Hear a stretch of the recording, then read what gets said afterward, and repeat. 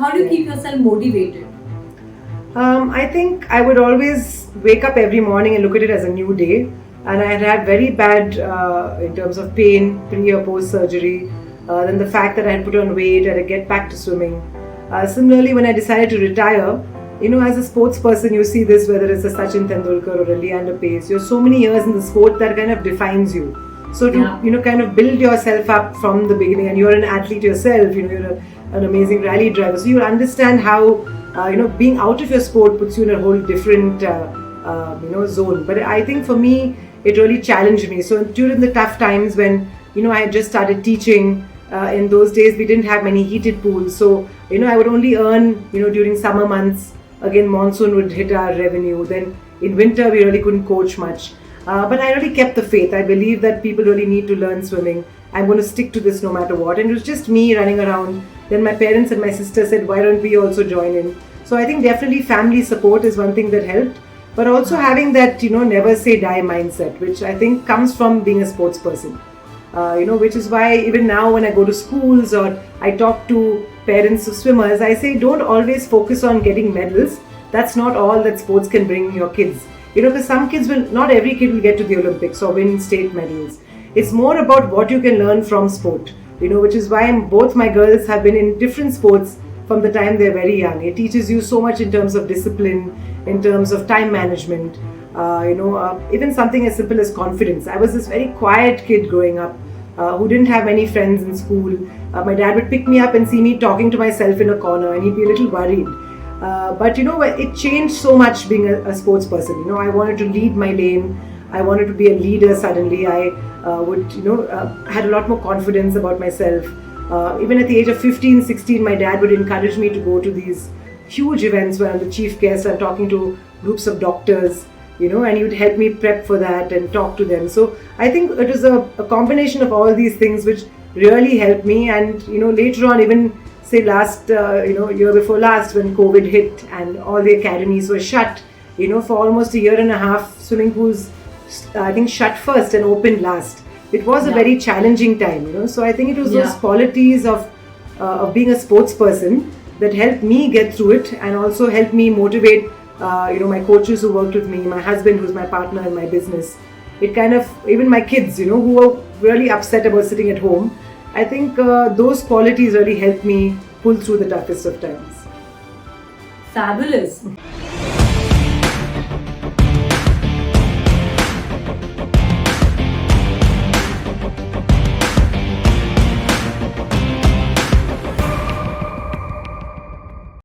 Welcome to the Garima show. In today's episode, I have with me Nisha Millet, an Arjuna Award winning Indian swimmer who has achieved great success both nationally and internationally. Nisha Millet is the first Indian swimmer to qualify for swimming at the Olympics. She swam the 200 freestyle at the Sydney Olympics at the age of 18. She has won more than 600 state, national and international medals over a 14-year career and represented India at the World Swimming Championships from 1998 and 2004 and Asian Games 1998. She now runs one of India's premier swimming academies that teaches at 10 pools across Bangalore and teaches more than 3,000 people a year, aged between 1 to 75 years. Millet's dedication to swimming has earned her several accolades, including Prime Minister's Award for Best Sportswoman at National Games 1997 and 1999, American Young Achievers Award in 2002, the Arjuna Award in 2000, the Rajyotsav Award in 2001, and the Eklavya Award in 2010. Thanks for joining me, Nisha. Such a pleasure to have you on my show. Wonderful to be here, Garima. Thanks for having me. So, Nisha, what's been your journey like? What were the challenges you faced, and what have been your learnings from your journey? So, my journey actually started off in a very different way. You would think that, I went into the water, I fell in love with it, and I started swimming like a fish. It was quite the opposite. I was actually quite hydrophobic. I had a near drowning experience at the age of 5, where I fell into a small fish pond while playing with friends. And I was actually very scared of the water. I lived in Chennai at the time, and finally, at the age of 9, my dad said, Chennai, the heat is so crazy. You have summer holidays. Let's just go and try out a swimming pool and try a swimming class. For somebody who was already scared of the water, I was really petrified. And in those days, they had the old-fashioned method of teaching swimming, just take the child and throw them in the water. Absolutely. So I was not taught the basics of swimming, and for somebody who already had this fear, I came out on day one and said, that's it, I'm not swimming anymore. And then my dad said, Nisha Millet, I paid 100 rupees for these swimming classes. And back in the early 90s, that was a lot. So I said, okay, fine, I'll finish it. I didn't learn anything, but my dad realized that I really had to start first enjoying water. So that's how he got me in the pool, playing with coins. He dropped them in underwater, make me pick them up. And that's when I really fell in love with the water and slowly started learning the sport of swimming. So at the age of 10, I joined a small swim team at the pool that I was training. And like they say, there's no looking back.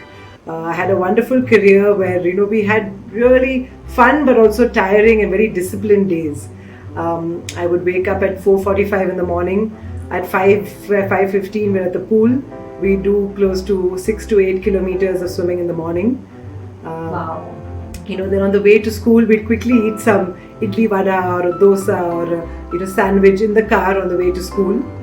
And while we were excited about being in school, we also didn't have too much time to spend with our friends.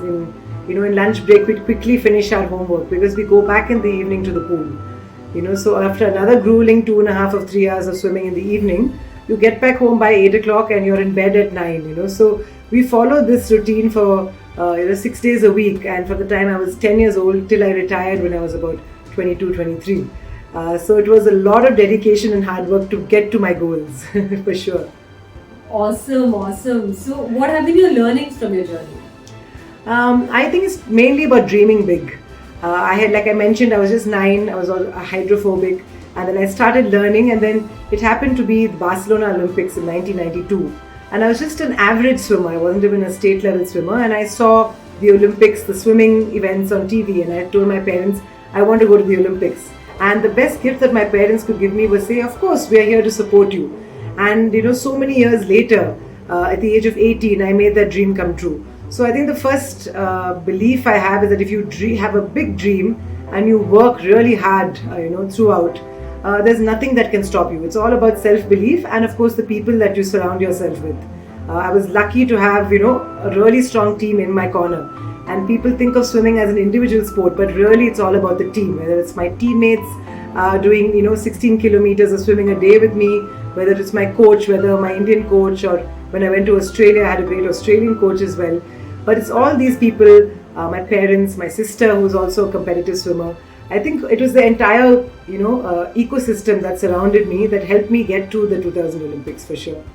Wow, that's so fantastic. I mean, that's so inspiring, and you're absolutely right. You require, a good support system and a good ecosystem around you to, blossom. And you were really fortunate. But definitely, your hard work and and your dedication, is absolutely incredible.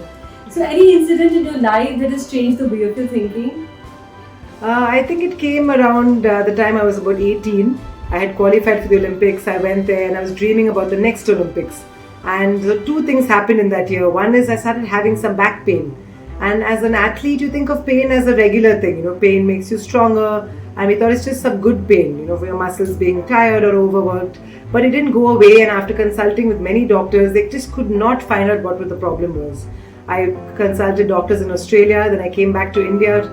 And I just, for 2 years after the Olympics, where I'm at my peak, I'm 18, I'm raring to go for the 2004 Olympics, which is 4 years away. Finally, I was diagnosed with a benign tumor on my back. So for a young kid, my only thought was, oh my God, I can't swim or I can't go to the Olympics. And my parents were like, oh my God, tumor, it could be cancerous. So I think that was quite a shock for us. At the same time, my parents were going through a really tough time financially. They had sold our house and put that money into our swimming careers. So it felt like a double blow, So I think 2000, I had to grow up really quick, I feel. And I was lucky enough to get a good doctor. So in 2002, I had back surgery and removed the tumor. Thankfully, it was not cancerous. But, I lost 2 whole years. And it isn't a fairy tale. I didn't go back and qualify for 2004. I missed the 2004 Olympics. So I think it's a reminder that even at your peak, you'll always have tough times. But when I got back into the pool and managed to get back to swimming and try for the Olympics and narrowly miss out, I think I was more proud of that than even going to the Olympics in the first time. So I think overcoming that adversity, coming back home after that, the 2004 Olympics trials, and I didn't make it. I told my parents, listen, you've sacrificed so much. I was 22 at the time, so I said, I'm going to retire from sport now, and I've always wanted to teach swimming, because of young girls like me who are so scared. And if I didn't have my dad, I would not have, pursued the sport, and it took me all the way to the Olympics. So even though my parents were so devastated that I wanted to quit competitive sport, that's what actually prompted me to start my own business. And in India, it is very tough to be a female entrepreneur. People were, doubting me. So I think those few years post my back surgery, giving up swimming and deciding to set out on my own path, I think that was a real life changer for me. Wow! Oh my God, that's incredible. Nisha, you are such an amazing fighter, a great, such a super sports person. So what according to you is the right mindset one ought to have in order to succeed in a life, career or any sport? I think the first thing, my dad has a good saying. He calls it the 3 H's. The first H is hunger. You need to know what you want from your life. Have some kind of goals. And your goals can keep changing, right? So for me, even though now I'm not a competitive athlete, I still have fitness goals. I have goals for my company. I have, even goals for my kids that I'd like to see them do more of this. So I think waking up in the morning with a sense of purpose, that hunger to get going, and not just cruise through life. At least that is how it is with me. And to get to your goals, I think the second and most important H, which is hard work. Nothing goes, comes easy. So I think you have to realize that you are the only one who can put in the work. And I learned this a lot when I was in Australia. They would say, stop whinging, stop whining. If you're tired, deal with it, move on. You have such an amazing opportunity. You're here from India, you're in Australia, getting some of the best coaching. And I looked at the Australians and I said, no wonder they're top in their sports, or in different sports, and they're some of the world beaters, they're Olympic champions, because they have this great mindset that you have to put in the hard work, you have to quit, crying, and times are tough. You have to get with the program. And the third H, when you finally do achieve those goals, I think it's very important to really have humility. If you meet the top athletes, whether it's Leander, who's been to 7 Olympics, or a Michael Phelps, who's one of the most decorated Olympians with 28 Olympic medals. The one thing that you will find is the fact that they are so open to talk to you, to share their story, to inspire the younger generation. So I think that's what's needed. I think we have a great set of young kids now who are primed to do so many great things, and it's up to us to kind of give back to them from our experience. And humility is where it really helps, where you think about yourself as a 9-10-year-old. And I know, those few conversations I have had with some of my idols, how much that shaped my career, my way of thinking. And so you always make sure to spend that little extra time with the young kids and, just give them a little bit of a snippet or a little pep talk, and it can go a long way. Fabulous. What's your message to the upcoming young athletes? I would say never get comfortable. However much you achieve, celebrate your victories, but then always aim for higher. Because, if you're the state champion, you can always go up to the national level. If you're the national champion, so it's like somebody like Michael Phelps. In 2004, he had won a couple of gold medals. He was not happy with that. He said, I want to be the greatest ever. So in 4 years, he trained 7 days a week, when all of us trained 6 days a week. And, this got him to win 8 gold medals in a single Olympics. And if you look at it, that's, that's more than our entire gold medal tally for a whole country ever, We just have 2 gold medals. So that's to show you the importance of always setting very high goals and going for it. And the importance of self-talk. I think a lot of young athletes are so influenced by social media, even teenagers going through a really tough time, tend to, see these conflicting messages on social media. I think they really need to dial into, their own voice inside your head. So if you can have that positive self-talk going, that's the most important thing that an athlete can have. When you're standing on the blocks, or you need to be telling yourself, you can do this.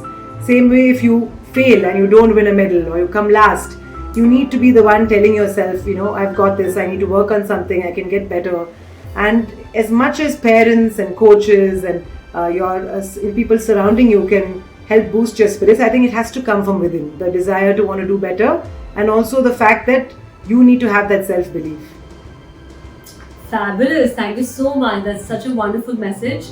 Let's come to the rapid fire questions now. Okay. So these are short like one-line answers. Okay, sir. Yeah, are we good to go? Yes. Okay. So what's the best advice you've ever got? I think the best advice I got is to always keep my head on my shoulders. Super. The best thing about swimming? You're in water the whole day and your senses are cut off. It's like sensory deprivation. It's the most calming, relaxing thing for me. Wow. Best swimming memory? The best one would definitely be swimming at the heats of the 2000 Olympics and winning my heat. So that would be an all-time high. Best physical fitness and nutrition advice? I think the main thing I would say is to learn to rest. This is something that came very, very difficult to me, and only when I was much older, that I used to push myself so much. Rest is equally important. Best exercise you suggest for mental training and mental fitness? I think journaling is really great, and whenever I'm a little conflicted, writing something down in a journal or even writing out my workouts really helps me focus. Super. Your favorite quote? I think my favorite quote is from Michael Phelps, where he said, if you want to achieve and dream, to achieve these big dreams that you have to be willing to do things that others aren't willing to do. So sacrifice, I think is the key word here. Your role model? Leander Paes, for sure. Documentary film that inspired you the most? I've got so many, but I think Cool Runnings, about the Jamaican bobsled team who came back from being an underdog to performing. What's your biggest dream? My biggest dream actually right now is to see my academy grow and just make thousands of people enjoy the sport. Most embarrassing moment? That would definitely be at one of my races where I bent down to take a start and my swimsuit ripped in half. Okay. Proudest accomplishment so far? I think it's definitely bringing up my daughters. I don't think anything can come quite as close. And being a twin mom, I think it's twice as hard, but twice as rewarding. Awesome. And with this, we come to the end of the show. Thank you so much, Nisha, for this wonderful session. Thank you so much, Garima. It's so exciting to talk to a fellow sportswoman. I think we need so many more of these in India. Thank you so much. And thank you all for listening to today's episode with your host Garima. See you in the next one. Have a great day. Bye.